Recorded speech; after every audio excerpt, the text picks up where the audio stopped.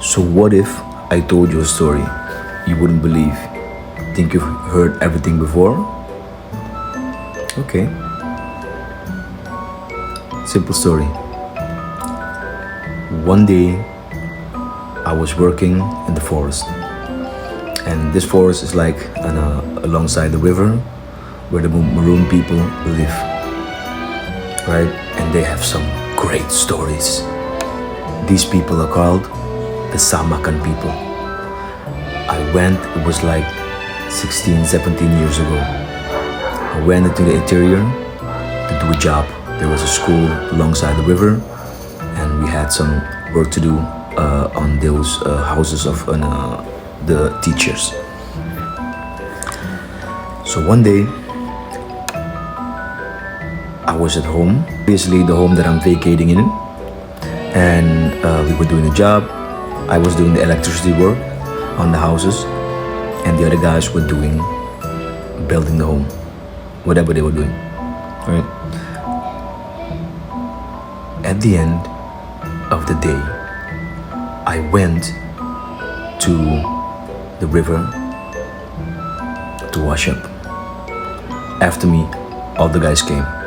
So one of the guys said, "Hey, let's go search for women."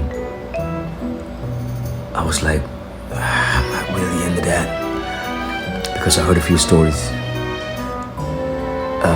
These people live here, everything here, the culture, the way of living is beautiful, really beautiful. But do not disturb. You know the sign on the door, right? And that's what we ultimately did. Yeah. So we wanted to walk from one village to another village. I didn't know the place. I just came there for the first time. I thought it wasn't, but I thought so. So at the end of the day, it was like 8:30 in the evening, right? The full moon is up. And remind you, in the forest, there were no real streets. So there were no street lights yet.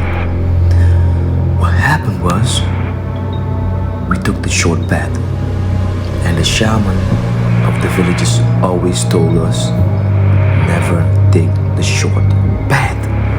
Always take the path we mapped. I was like, okay, yes sir. Fuck yes sir. I'm not going into that.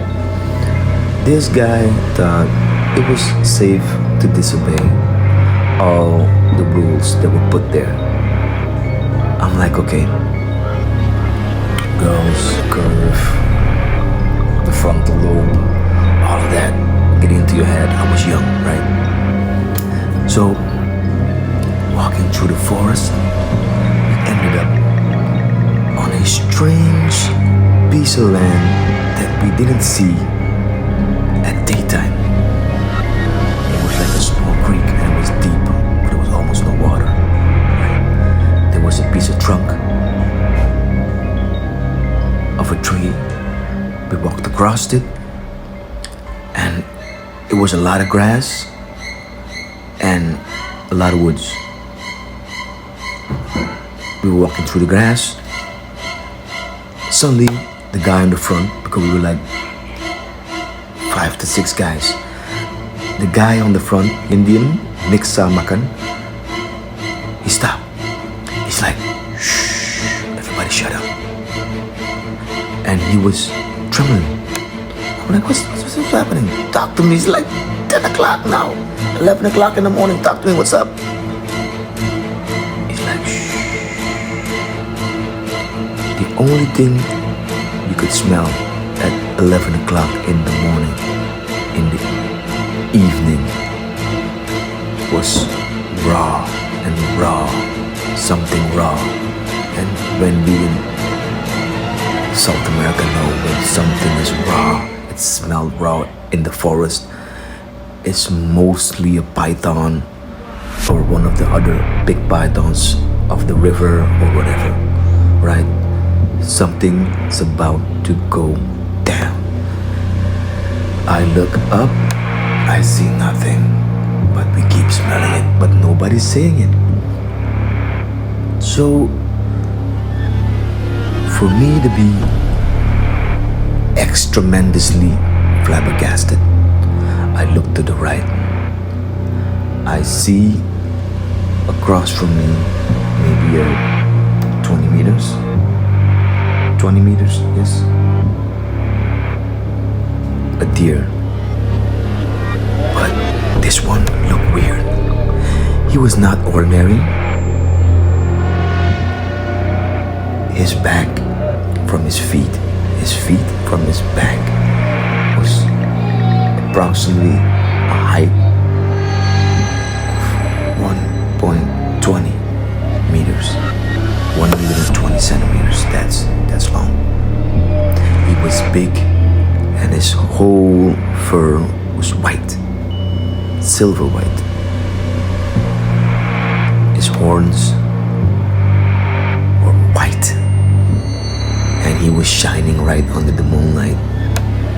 And it was strange because no leaves, nothing shaked. He was just there. Boom. He wasn't there before. Within a few seconds, he's there now. And he lifted up his head because he heard us talking. Not loud, but he just heard us. And he turned around. And his eyes were blood red. And the guy in the front said, Changafutu, run! And before he said run, he was off. He was like 5 meters before us. And the second guy left his flashlight on the ground. Everybody running. I took my slippers because I ran and I came back, took my slippers. I ran off. We were running about like 100 meters before we thought we were safe. And what we didn't see is the last guy told us when he caught on to us. He said there was one big, weirdly big python in the tree right above us.